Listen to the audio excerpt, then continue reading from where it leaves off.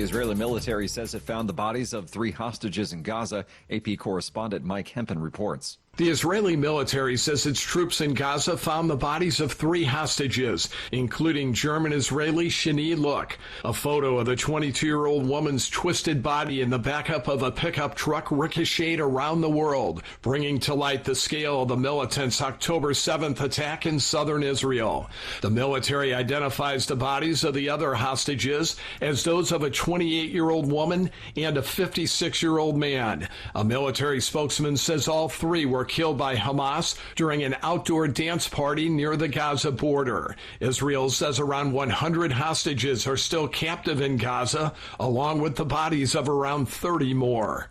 I'm Mike Hempen. The White House said on Friday that additional aid from the United States is arriving in Cyprus for loading onto ships for delivery to Gaza via a new temporary pier. White House National Security spokesperson John Kirby told reporters that the United States has a, quote, robust security plan to protect personnel involved in operating the pier. There is a robust security plan for this effort, and we remain vigilant to potential threats to our service members that are working on the pier and humanitarian aid organizations and workers helping with the distribution and the collection at the marshalling area on the ground.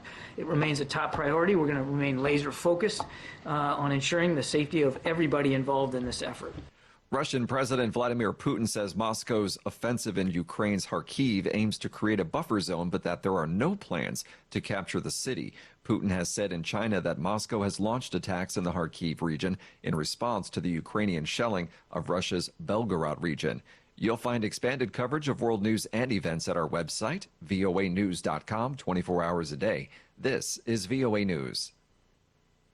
The suspect in the shooting of Slovak Prime Minister Robert Fico was escorted to his home by police. AP correspondent Charles de Ledesma reports. Slovak media reported on Friday it was part of a search for evidence. Fico, who's 59, was shot multiple times on Wednesday as he was greeting supporters after a government meeting. Officials at first reported doctors were fighting for his life, but after a 5-hour operation described his situation as serious but stable. Markiza, a Slovak television broadcaster, has shown footage of the suspect being taken to his home in the town of Levice and said police had seized a computer and some documents. I'm Charles de Ledesma. Senegal's new prime minister, who was freed from jail weeks before the presidential election earlier this year and propelled his party to victory, has criticized the French military presence in the West African country. Ousmane Sonko also criticized efforts by France and the West to promote values that he said didn't fit with those held by Senegal and other African countries, including LGBTQ rights and monogamy. Polygamy is widely practiced in Senegal. Sonko was speaking late Thursday at an event held jointly with the French far-left politician Jean-Luc Mélenchon in the capital, Dakar. Senegal is considered a pillar of stability in a region that has experienced a wave of coups in recent years, and Sonko's remarks are likely to draw attention from Western allies. The powerful sister of North Korean leader Kim Jong-un has again denied arms exchanges with Russia.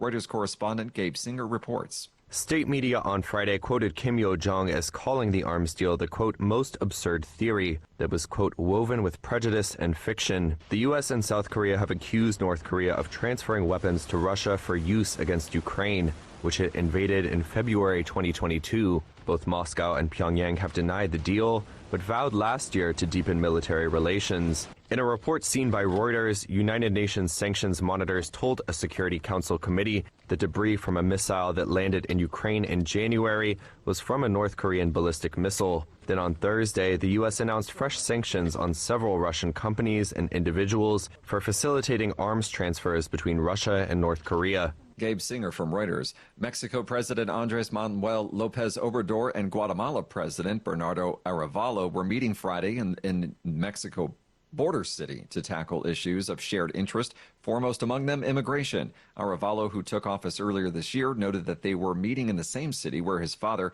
Juan Jose Arevalo, a former president of Guatemala, had met with his Mexican counterpart, Manuel Avila Camacho, in 1946. Both countries are under pressure from the United States to increase control of their shared border.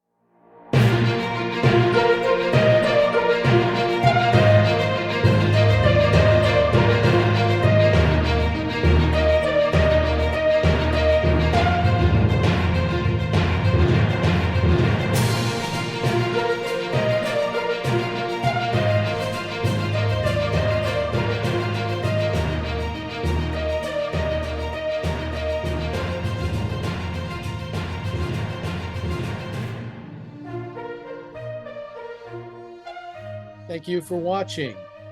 Can you do me a favor? Please leave a comment in the comment section below. That would really help. Thank you, and see you again soon.